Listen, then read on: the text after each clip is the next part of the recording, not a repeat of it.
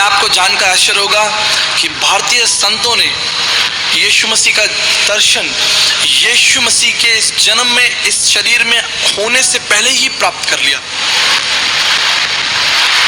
भारतीय दर्शन के 19 पुराणों में से एक पुराण जिसका नाम है भविष्य महापुराण, और भविष्य महापुराण के प्रतिशत वर्ग भरतखंड में लिखा है, पेज 320 पर, श्वेतवस्त्रम ईश पुत्रम क्वारी गर्भसमम ईसा मसीहा इतिचमम नाम प्रतिष्ठनम। वो परमेश्वर जो निष्कलंक है, पवित्र है, विराट है। अब ये बात कर रहे थे ना पढ़नी में 4 अध्याय के अनुसार, निष्कलंक, श्वेतवस्त्रम ईश पुत्रम, परमेश्वर का पुत्र, क्वारी गर्भसम, जिसका जन्म क्वारी स्त्री से होगा, उसका नाम यीशु मसीह प्रतिष्ठित किया जाएगा। भारतीय आर्य ग्रंथों के भविष्य महापुराण में यीशु मसीह की कथा। आज भी भविष्य महापुराण गीता प्रेस से छपता है, लेकिन लोग नहीं जानते। क्यों? क्योंकि उन्होंने अपने शरीरों पर मन लगाया है। परमेश्वर का वचन कहता है कि तुमने अपने शरीरों पर मन लगाया, तुमने आत्मिक बातों पर मन ढूंढोगे तो जितने लोग ढूंढेंगे वो पाएंगे। जितनों ने जानना चाहा उन्होंने पाया। सामरी स्त्री की घटना आपको मालूम है? उस घटना के अनुसार जब प्रभु यीशु मसीह कुएं पर था तो उसने उस स्त्री से जल मांगा। उस स्त्री ने क्या कहा कि मैं सामरी हूं, आप यहूदी हैं और मैं आपको पानी। यीशु ने कहा कि अगर तू जानती तुझसे कौन जल मांग रहा है तो तू ऐसा नहीं कहती। कहानी के तौर पर समझने की कोशिश करिए, वर्ड्स के आधार पर नहीं, पिक्चराइज करिए। सोचिए, यीशु मसीह उस कुएं पर है, वो महिला उस कुएं पर है, उन दोनों के बीच में बातचीत चल रही है। स्त्री ने क्या कहा? हाँ, हमारे शास्त्रों में, हमारे भविष्यवक्ताओं ने कहा है कि मसीहा आएगा, जब वो आएगा तो हमें सब कुछ बता देगा। नथाएल को देखिए, नथाएल को जब वो फिलिप्पुस के साथ में आया, उसने कहा कि फिलिप्पुस ने कहा कि भविष्यवक्ताओं की पुस्तकों में जिसका वर्णन लिखा है वो मुझे मिल गया है। भविष्यवक्ताओं की पुस्तकों में, इसका मतलब फिलिप्पुस भविष्यवक्ताओं की पुस्तकों को पढ़ता था। हालेलुया। एक बार उसको अगर ध्यान से पढ़ते तो वो जानते कि यीशु मसीह कौन है। प्रजापति देव यज्ञ भुवनेश्वर नाभि, परमेश्वर ने पृथ्वी की नाभि पर यज्ञ किया और तुम्हें झूठी शिक्षाओं से बाहर निकाला। पिछले दिनों मेरा एक मित्र मुझे मिला और उसने कहा कि विकास जी मैं बहुत परेशान हूं। भाई क्यों परेशान हो? बस पूछिए मत। मेरा बेटा मुझसे झगड़ा करता है, मेरी पत्नी मुझसे झगड़ा करती है, मेरे माँ बाप मुझसे झगड़ा करते हैं, और इसका कारण सिर्फ एक है कि मेरे पुनर्जन्म के पाप। ध्यान से सुनिएगा कि मैंने पिछले जन्म में क्या किया है, पाप किया है। वो सारे पाप मेरे आगे, आवागमन की शिक्षा, पुनर्जन्म की शिक्षा की बात कर रहा है वो। मित्रों, मैंने बड़ी सरलता से उससे पूछा, मेरे प्रिय भाई, तुमने पिछले जन्म में पाप किया, तुमने पिछले जन्म में बुराई की, उसकी सजा तुम्हें आज मिल रही है। तुमने अपने मुंह से कहा है, लेकिन इस जन्म में भी तुम कोई भले काम नहीं कर रहे हो, यानी तुम्हारा आगे आना जन्म भी फंसने वाला है। दूसरी मुख्य बात, लोग कहते हैं पुनर्जन्म की शिक्षा के लिए 84 लाख योनियों से होकर गुजरना पड़ता है। ध्यान दीजिएगा मेरी बात पर, 84 लाख टाइम्स। लेकिन जो भी व्यक्ति बोलता है वो यही बोलता है कि भैया मैंने पिछले जन्म में कोई बुरे पाप किए, मुझे इस जन्म में सजा मिल रही है।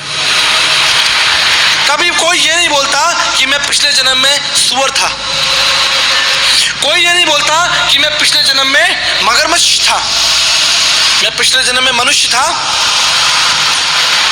था मैं, और मैंने पाप किया और मैं आज इस सजा को भुगत रहा हूं और मैं आगे भी सजा भुगतने के लिए। उद्धार का कोई मार्ग ही नहीं खुला। जितने भी लोग आते हैं वो सिर्फ यही कहते हैं कि साहब हमने पिछले जन्म में पाप किया। तो भैया कुत्ता क्या पाप करता है? तितली क्या पाप करती है? जंगली जानवर क्या पाप करते हैं? आप ताला किसके लिए लगा कर आए हैं? जंगली जानवरों के लिए। मतलब पिछले जन्म में भी आप इंसान थे, इस जन्म में भी आप इंसान हैं और अगले जन्म में भी इंसान बनने की तैयारी है। तो 84 लाख योनियों का सिद्धांत सिर्फ इन 3 जन्मों में, या आप मनुष्य बनते रहेंगे? आप केकड़ा बिच्छू नहीं बनेंगे? आप ये क्यों नहीं कहते कि साहब मैं पिछले जन्म में गधा था? लेकिन वो आपसे यही कहेंगे कि साहब पिछले जन्म में कोई बुरे पाप किए होंगे। लोगों ने परमेश्वर की पवित्र शिक्षा के साथ खिलवाड़ किया है। परमेश्वर की शिक्षा को अपने ज्ञान से दूषित किया है। मैं परमेश्वर का धन्यवाद देना चाहता हूं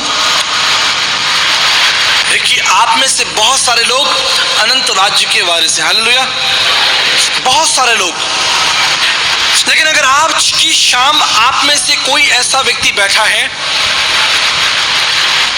जो अभी भी यीशु मसीह को नहीं जानता, उसके लिए एक विकल्प है कि वो यीशु मसीह को जाने, इससे पहले कि उसकी आंखें बंद हो। अत्र ब्रह्म समश्यन्ते, जब तुम जीवित हो तुम परमेश्वर को जान सकते हो। झूठे शिक्षक, झूठी बातें, झूठे सिद्धांत, झूठी योजनाएं, भ्रम की शिक्षाएं, ताबीज, धागा, तंत्र मंत्र, पुनर्जन्म की शिक्षा, आवागमन की शिक्षा, जादू टोने की शिक्षा, ये आपको परमेश्वर से दूर दूर और बहुत दूर लिए जाती है। लेकिन यीशु आपके पास आता है और वो आपको क्या देता है? जितनों ने उसे ग्रहण किया। कितनों ने? जितनों ने उसे ग्रहण किया। ईसाइयों ने नहीं, अंग्रेजों ने नहीं, जितनों ने उसे ग्रहण किया उनको परमेश्वर की वरदान मिला। वरदान क्या मिला? संतान होने का अधिकार। अगर तुम परमेश्वर को जानोगे तो परमेश्वर के वरदान को जानोगे। और वरदान यही है कि यीशु मसीह ने हमें अपना पुत्र और पुत्री कहकर बुलाया है। वो हमारे गले काटने नहीं आता, हमारे पापों के लिए हम पर दोष लगाने नहीं आता। यीशु मसीह तुम्हारे पापों को क्षमा करता है। यीशु मसीह तुमको अनंत जीवन देता है। यीशु मसीह तुम्हें अंधकार से निकालकर ज्योति में लेकर आता है। यीशु मसीह तुम्हें असत्य से निकालकर सत्य में लेकर आता है और मृत्यु से निकालकर अनंत जीवन में प्रवेश कराता है। अस्तुमा सद्गमय थमसुमा ज्योतिर्मय मृत्युमा अमृतमय। यीशु ने कहा मार्ग, सत्य और जीवन मैं ही हूं। तद्रक्तम परमात्म पुण्यदान बलियाग्रम सर्व पाप परिहारो रक्त प्रक्षालनम आवश्यम। समस्त मानव जाति के पापों के लिए रक्त बहाया जाएगा। यीशु ने कहा मैं अपना लहू तुम्हारे लिए बहा जाता हूं। यज्ञ शिष्टानी तुम्हारे लिए यज्ञ होगा। गीता के अध्याय में लिखा है 7वें अध्याय में कि तुम्हारे लिए यज्ञ किया जाएगा। उस यज्ञ को किसने किया? किसने अपनी देह को तुम्हारे लिए तोड़वाया? किसने तुम्हारे लिए कोड़े खाए? किसने तुम्हारे लिए अपना लहू बहाया? कौन तुम्हारे लिए मारा और गाड़ा गया? मानव जाति के इतिहास में लोगों ने ज्ञान दिया, लेकिन यीशु मसीह ने जान दी है। लोगों ने आपको सिर्फ ज्ञान दिया है। धर्म के उपदेशकों ने, धर्म के शिक्षकों ने आपकी सहायता की है कि आप उस परमेश्वर को जान सके। लेकिन यीशु ने अपने आप को जनवाने के लिए लिखा है जब तक मैं गाड़ा नहीं जाऊंगा, जब तक मैं बोया नहीं जाऊंगा, मैं जब एक गेहूं का दाना बोया जाएगा तो 70 दाने, इसलिए यीशु मसीह बोया गया आपके पापों के लिए। भारतीय दर्शन की अभिलाषा थी कि परमेश्वर इस संसार में यज्ञ करेगा, मारा जाएगा, लेकिन तीसरे दिन जिंदा हो जाएगा। मृत्यु में तीव्रंदंत्या, जो मृत्यु पर जयवंत होगा। कौन जयवंत हुआ? मानव जाति के इतिहास में कौन मरकर जीवित हुआ? सिर्फ यीशु मसीह। संपूर्ण मानव इतिहास में कोई ऐसा व्यक्ति नहीं है जो मरकर जीवित हुआ। सिर्फ यीशु मसीह। यीशु मसीह धर्म नहीं है, यीशु मसीह व्यक्ति है, यीशु मसीह परमेश्वर है। प्रेम धर्म का मूल है और पाप मूल संताप। जहां दया वहां धर्म है और जहां क्षमा वहां आप। लोग धर्म की बात करते हैं, धर्म परिवर्तन की बात करते हैं। अरे धर्म है क्या? क्रूस पर धर्म निभाया गया, क्रूस पर क्षमा क्रूस पर से किया गया, क्रूस पर क्षमा दी गई, क्रूस पर प्रेम किया गया। यीशु तुम्हारे लिए क्रूस पर लटका रहा, बूंद बूंद करके उसका लहू उसके शरीर से बाहर आ रहा था। बूंद बूंद करके वो तड़प तड़प कर तुम्हारे और मेरे पापों के लिए मर रहा था। क्रूस की कथा नाश होने वालों के लिए मूर्खता है। इसलिए मैं सुसमाचार से नहीं लजाता। मेरी आवाज जितने लोग सुन रहे हैं, आज की शाम में आपको बताना चाहता हूं, यीशु से सुंदर और सरल विकल्प नहीं मिलेगा। ढूंढ लीजिए, जाइए देखिए, अगर यीशु मसीह से सरल और सुंदर विकल्प आपको मिलता है मुझे जरूर बताइएगा। कदापि संभव नहीं, संभव नहीं, इतिहास में संभव नहीं कि यीशु मसीह से सुंदर और सरल विकल्प मिले जो तुम्हारे पापों को क्षमा करे, जो तुम्हें अपने पुत्र और पुत्री होने का अधिकार दे। यीशु मसीह आपसे प्रतिज्ञा करता है, देख मैंने तेरा चित्र, कहीं नहीं मिलेगा आपको, कहीं नहीं मिलेगा। देख मैं तेरे पापों को तुझसे इतना दूर कर दूंगा जैसे पूर्व से इतना दूर मैं तेरे पापों को कर दूंगा। He loves you, उसने तुमसे प्रेम किया। लोगों ने तुम्हारे गले काटने की तैयारियां की, व्यवस्था ने तुम पर दोष लगाने की तैयारियां की, तुम्हारे लिए तलवार और भाले उठाए गए, लेकिन यीशु ने तुम्हारा क्रूस उठा लिया। हालेलुया। इसलिए मेरे प्रियो, आज की शाम मैं आपको एक चुनौती देता हूं कि अगर आप प्रभु यीशु मसीह को नहीं जानते, this is the day that you can know who is Jesus Christ. आज की शाम से आप जानना शुरू करें कि यीशु मसीह कौन है। प्रिय दर्शकों, हम अपना सत्संग समाप्त नहीं करना चाहते बिना आपको ये अवसर दिए कि यीशु मसीह को अपने जीवन और अपने परिवार का उद्धारकर्ता प्रभु ग्रहण करें। मेरे साथ इस छोटी सी प्रार्थना को आप दोहराकर प्रभु को अपने जीवन में उद्धारकर्ता प्रभु के रूप में ग्रहण कर सकते हैं। आइए हम प्रार्थना करें। प्रभु यीशु, मैं आपके महान प्रेम और बलिदान के लिए आपका धन्यवाद करता हूँ। अपनी प्रतिज्ञा के अनुसार मेरे जीवन में आए, मेरी सहायता करें और मुझे अपने पुत्र और पुत्री होने का अधिकार दें। इस प्रार्थना को मैं यीशु मसीह के नाम से मांगता हूँ, आमीन। प्रिय दर्शकों, इस समय जब आप टीवी पर यीशु सत्संग कार्यक्रम को देख रहे हैं, मैं धन्यवाद देना चाहूँगा एनी आंटी के लिए। CNI English congregation trust Mumbai से आंटी ने इस प्रोग्राम को हमारे लिए स्पॉन्सर किया ताकि पूरा देश आज यीशु सत्संग कार्यक्रम को टीवी पर देख सके। मैं साथ ही प्रार्थना करना चाहूँगा उनकी बेटी बहन विनी के लिए, उनके हस्बैंड ब्रदर सैम के लिए और उनके बेटे जेरेमी के लिए। हम प्रार्थना करना चाहेंगे कि हमारे भाई बहन की नौकरी में, उनके आने जाने में, उनके परिवार में प्रभु की आशीष हो और उनकी बेटी पर प्रभु की आशीष हो ताकि वो पढ़ लिख कर प्रभु की सेवा कर सके और बहुत आशीषों का भाग प्रभु उनको दे। एक पद मैं उस परिवार के लिए पढ़ना चाहूँगा। नीति वचन उसका 3 अध्याय और 9 पद इस तरह से कहता है, अपनी संपत्ति के द्वारा और अपनी भूमि की सारी पहली उपज देकर यहोवा की प्रतिष्ठा करना, इस प्रकार तेरे खत्ते भरे पूरे रहेंगे और तेरे रसकुंडों में नया दाखमधु उमड़ता रहेगा। प्रिय दर्शकों, प्रभु यीशु मसीह का, परमेश्वर का यह वायदा है कि जब हम अपनी आशीषों का उत्तम भाग परमेश्वर के राज्य के लिए बोते हैं तो प्रभु की प्रॉमिस है, प्रभु का वायदा है कि वो उसको मल्टीप्लाई करके हमें वापस देते हैं। मैं धन्यवाद करना चाहूँगा एनी आंटी के लिए, उनकी फैमिली के लिए, उनके आर्थिक सहयोग की सहायता से आज पूरे देश में हम यीशु सत्संग को ब्रॉडकास्ट कर सकें।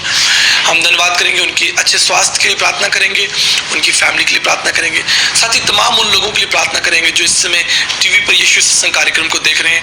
अगर आप बीमारी की अवस्था में हैं, दुख है, परेशान हैं, डिप्रेशन में हैं, आप अपने व्यापार में, अपने परिवार में कठिनाई और चुनौतियों को महसूस कर रहे हैं, अपनी परीक्षाओं में और अपनी पढ़ाइयों में आप असंभावनाओं को देख रहे हैं, हम प्रार्थना करते हैं कि प्रभु आपकी सहायता करें और आप परमेश्वर के वचन से आशीष पाएं। हम साथ ही प्रार्थना करना चाहेंगे उन लोगों के लिए जो अभी भी यीशु मसीह के महान प्रेम और बलिदान से वंचित हैं। मेरी प्रार्थना है, मेरी विनती है कि आप प्रभु यीशु मसीह के वचन को पढ़ें और एक ऐसी संगति में जाएं जहां पर प्रभु यीशु मसीह को प्यार किया जाता है, प्रभु यीशु मसीह को सिखाया और समझाया जाता है। प्रभु निश्चित आपकी सहायता करेंगे, प्रभु आपके प्रश्नों का उत्तर देंगे। आइए मेरे साथ इस प्रार्थना को हम दोहराएं। प्रभु यीशु, मैं आपका धन्यवाद करता हूँ मिसेस एनी के लिए प्रभु जी, बॉम्बे से पिता परमेश्वर सीएनआई इंग्लिश चर्च कांग्रीगेशन के द्वारा पिता ये कार्यक्रम आज देश में ब्रॉडकास्ट किया गया। आप प्रभु जी मिसेस एनी को अच्छी हेल्थ दें पिता परमेश्वर, और पिता परमेश्वर हम प्रार्थना करते हैं सिस्टर बिनी के लिए, ब्रदर सैम के लिए, उनके बेटे जेरेमी के लिए पिता, आपकी आशीषों का भाग उन्हें दिया जाए पिता परमेश्वर। प्रभु जी जो ब्लेसिंग उन्होंने बोई है पिता, यीशु मसीह के नाम से हम प्रार्थना करते हैं कि उसका मल्टीप्लिकेशन होकर उनको वापस मिले पिता परमेश्वर, उनके घर में आशीष हो।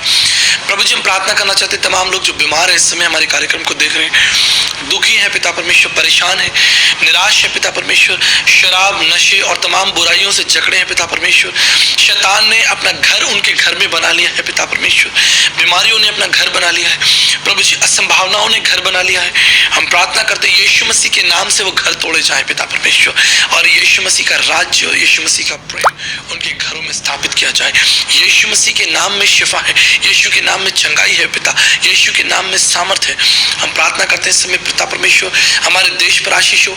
तमाम लोग प्रभु जी जो झूठी शिक्षाओं के पीछे चल रहे हैं, झूठे कारणों के पीछे चल रहे हैं, झूठी बंधनों में प्रभु जी पड़े हैं पिता परमेश्वर, प्रभु जी उन पर तेरी दया हो और वो आपकी पवित्र बातों को, पवित्र शिक्षा को समझ सकें पिता परमेश्वर। हम प्रार्थना करना चाहेंगे पिता परमेश्वर जो लोग अभी भी आपके महान प्रेम और बलिदान से वंचित हैं पिता परमेश्वर, वो आपके प्रेम को समझें, आपका वचन उनसे बातचीत करे पिता परमेश्वर, और आप उनके जीवन में कार्य करें, पवित्र आत्मा का कार्य उनके घरों में शुरू हो। प्रार्थना करते हैं, धन्यवाद देते इस प्रार्थना को यीशु मसीह के नाम से मांगते हैं, आमीन।